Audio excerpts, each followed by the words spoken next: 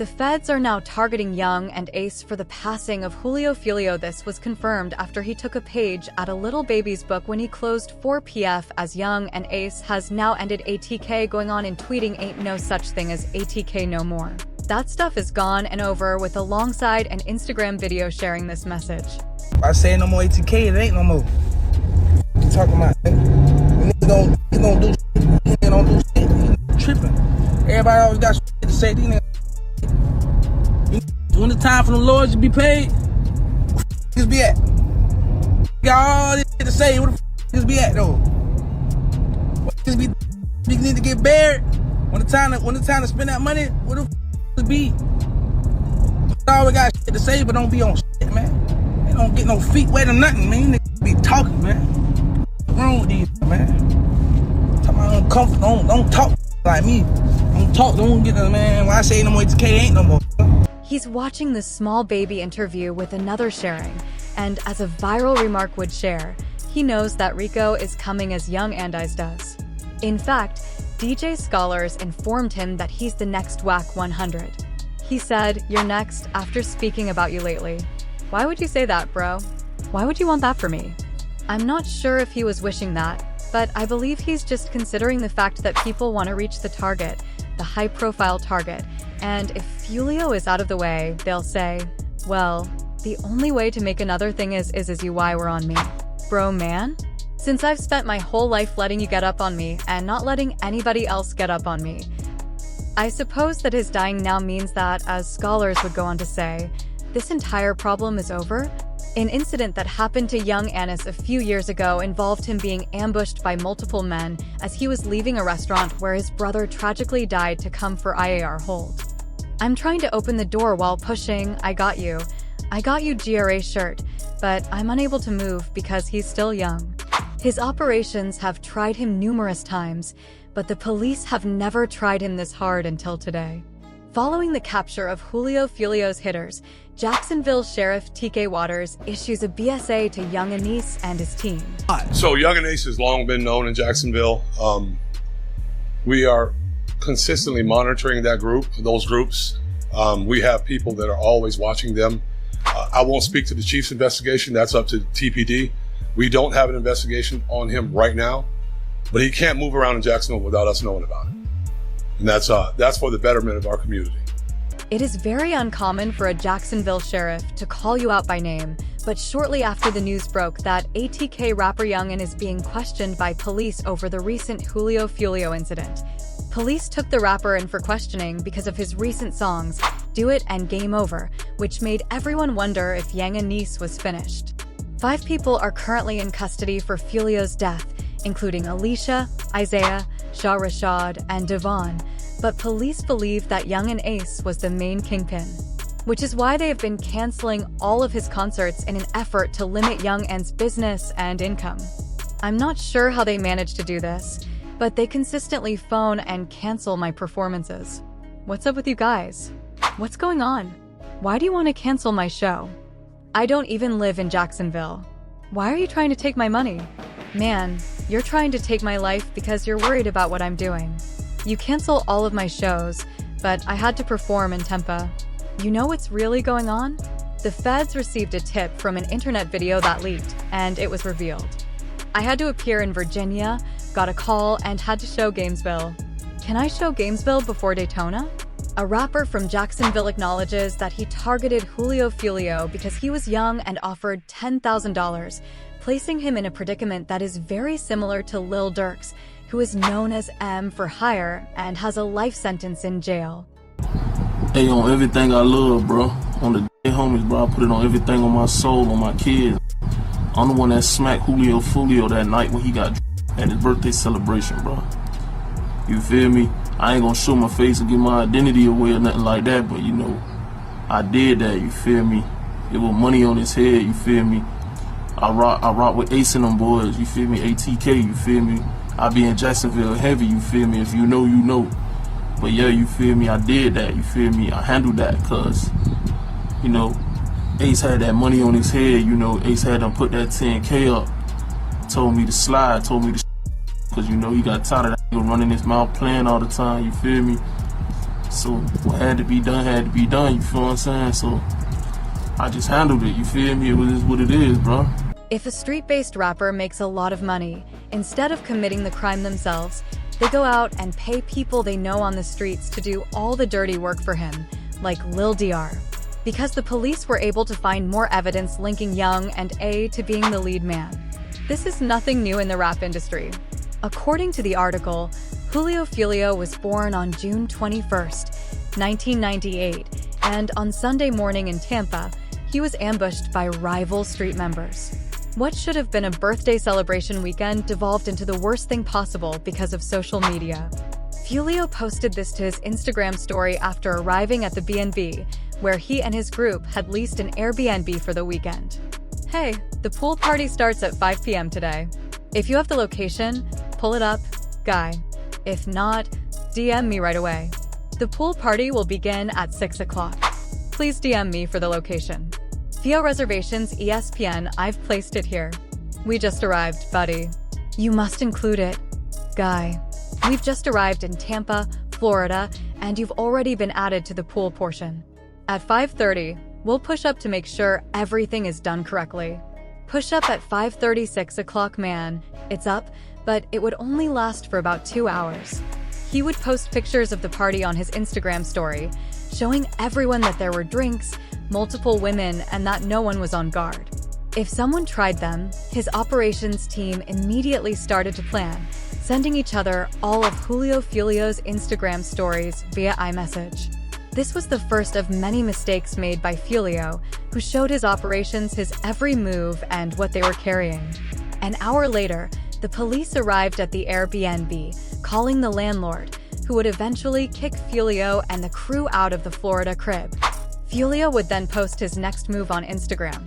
This would be none other than a poster for a nearby club telling everybody to pull up while literally revealing the address on the club poster, trying to break the record on social media for the most location drops to his office in one day. This obviously didn't end well. Once he arrived to the club, he would then post again sharing exactly where he is sitting inside of the club, telling everyone, I'm in the upstairs lounge. We came to my birthday, man. Everybody coming upstairs, man. What no.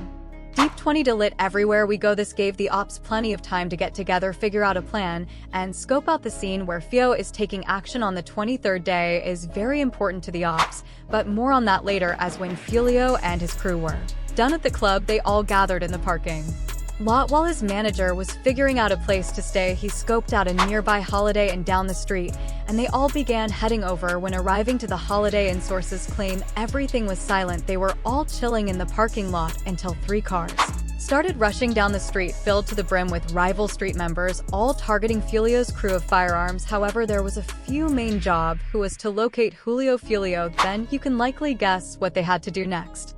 This was a clear retaliation against Foolio, especially with it being the 23rd of the month. Foolio dropped a hit track titled When I See You, making fun of Young and for losing his brother in the lyrics. Foolio rap.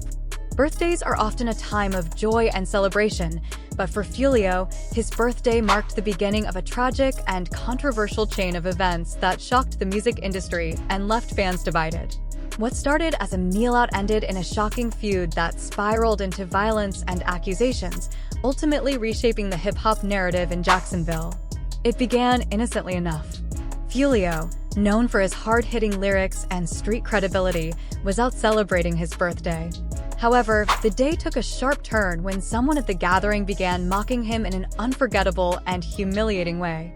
Little did anyone know, this incident would ignite a series of events culminating in tragedy. Fast forward to the fateful day, 23 days later. In what can only be described as a calculated act of retaliation, an attack targeting Foolio's birthday gathering resulted in 4 victims. Reports indicate that Foolio's own diss tracks were used as a taunting weapon against him and his crew. The streets buzzed with the news as Yungeen Ace, a prominent rival, released a rap titled For In the Car Won Them, directly referencing the incident. In the song, Ace and his crew shamelessly flipped Foolio's lyrics, using them as ammunition to mock the tragedy. The rivalry reached its peak just 6 hours after the incident when Yungeen Ace dropped a diss track aimed directly at Foolio. Tragically, this track was released in the wake of Foolio's reported death, turning the feud into a grim spectacle. Social media platforms erupted with reactions as Yungeen Ace's right-hand man posted an old tweet from King Vov, which read, "Game over, we won, stupid," seemingly celebrating Foolio's demise. However, as the dust began to settle, a revelation surfaced that cast the entire feud in a different light. In a police investigation that spanned months, authorities uncovered that Foolio and Yungeen Ace were, at one point, working on a peace project together. In an interview just a month before his death, Foolio spoke about an attempt to bridge the gap between their rival crews. He mentioned plans for a song titled "Stop Violence," which he and fellow artist Jay Breezy were supposed to perform. The goal of the track was to promote unity and inspire the youth to step away from the destructive cycle of violence that plagued their community. Foolio's words during the interview now carry a haunting weight. "We need to clear the path for the youth and kids," he said. "Yes, we need to improve the appearance of this man." It was a call to action, one that tragically went unfulfilled. Many fans and critics have since expressed outrage, believing that the incident and Foolio's death could have been avoided if the collaboration had moved forward. Social media became a battleground for opinions. Celebrities and influencers weighed in, including Charleston White, who offered a nuanced take on the situation. Meanwhile, other figures like Rare expressed frustration over the lack of progress in ending street violence. Foolio's cousin also chimed in, sharing on Instagram, I'm with it, but basically right now we're trying to find a cryptic message that seemed to echo the disillusionment felt by many. As the hip-hop community mourns Foolio's loss, the tragedy serves as a grim reminder of the violence that continues to plague the streets of Jacksonville. The irony of a planned peace anthem being overshadowed by a deadly feud underscores the urgent need for change. Fans now look to figures like Jay Breezy to carry the torch and continue the mission Foolio started, to inspire a new generation to rise above the cycle of violence. This heartbreaking saga leaves an important question in its wake. Can the power of music truly mend deep-seated rivalries, or will it continue to be a battleground for egos and vengeance? Only time will tell, but for now, the loss of Foolio serves as a somber reminder of the price of unchecked conflict. And everybody saying, well, man, what you think about this? Well, all I'm gonna say is, man, that works hard to die. Did he earn this here? And goddamn it, should nobody be sad? Way that lived and talk gangster, should nobody be sad what did happen to Foolio? One thing we know about it, he didn't go to heaven. Yeah, now one thing about it, he ain't in heaven. Nah, wait, that boy, he had all the time in the world to apologize to them people. He was going to the graveyard, rapping at the graveyard. Man, that was making people mama cry. It's some people relieved, wiping their forehead saying, "Ooh, Lord, thank you." And then there's some people crying, said, "Oh, we gonna miss one leg, one foot." As Charleston White stating that Foolio isn't going to heaven is for one specific reason, and even the police caught on this was the passing of Yungeen Ace's best friend ATK Mitch in April 2022. Officers saw Foolio driving a Dodge Durango with an illegal window tin. They pulled over Foolio to the side of the road when suddenly a prosecutor showed up. Things got very odd. The prosecutor searched Foolio's vehicle illegally. Then he told the officers who he was after. Hearing who Foolio was, he was then taken into the police patrol car, and he was questioned about the passing of ATK Mitch. "All right, so I want to bring it up. I know you going to be upset. Mitch, just teeks, I want to talk to you real quick about what happened to Mitch. How long that's going to take? Not that long, depends on you. They just going to ask you what you know about what happened once he was taken into the car." Foolio knew that he would be questioned, and he was quickly then taken in to be interrogated. "Us to call to my mom house. I used Toey on the corner to come over show his I'm support what type of work do you do? Artist. Your artist? Okay, as far as Mixo, how are you? Are you hearing nothing? I was down producing music in Miami when I heard the news, and I noticed on Instagram that everyone in Jacksonville was MIT. The detective, Mitch MIT, began investigating Foolio's identity and how he and ATK Mitch would have known one another. He also inquired as to Foolio's whereabouts at the time of Mitch's death. "All right, so the reason I'm here is because I'm leading the investigation into your friend's case. You didn't have a friend recently, got a kid, and had a lot of friends that recently, ___." Oh, I see. I'm curious about how close you two were. Could you tell me a little bit about your relationship, when you met, how long you've been partners, or anything else? The detectives didn't have any information on Foolio yet, but he knew that he was involved in ATK Mitch's death, so they tried to find out anything they could, but Foolio would keep telling them that they didn't know anything. If you happen to know his mother, you could sit up there and call her, and I'm pretty sure she would have some answers as well, my little brother. I am not sure whether I am aware of what I am saying, and you will never understand. I'm not sure. I just heard them say, "Fear," which means you're sick of that guy at the moment. Yes, but while Foolio was severing all ties with TK Mitch, they would question him about why his music was linked to so many crimes in Jacksonville because they were so angry that he was remaining silent. Do you think that your music, your ways, or the way you conduct yourself through your music had anything to do with no? Because even before I started rapping, it was like, you get what I'm saying, so you can't just say, it's my music that why somebody you get what I'm saying. Okay. Do you think it influences or triggers someone like the way you two are going back and forth with each other? Do you feel that way? No, a song can't make no action. Son Foolio is undoubtedly aware of what transpired with ATK. In addition to making Charleston White very angry, Mitch's lying to the police is the primary reason why a young, talented person would wish to get retribution.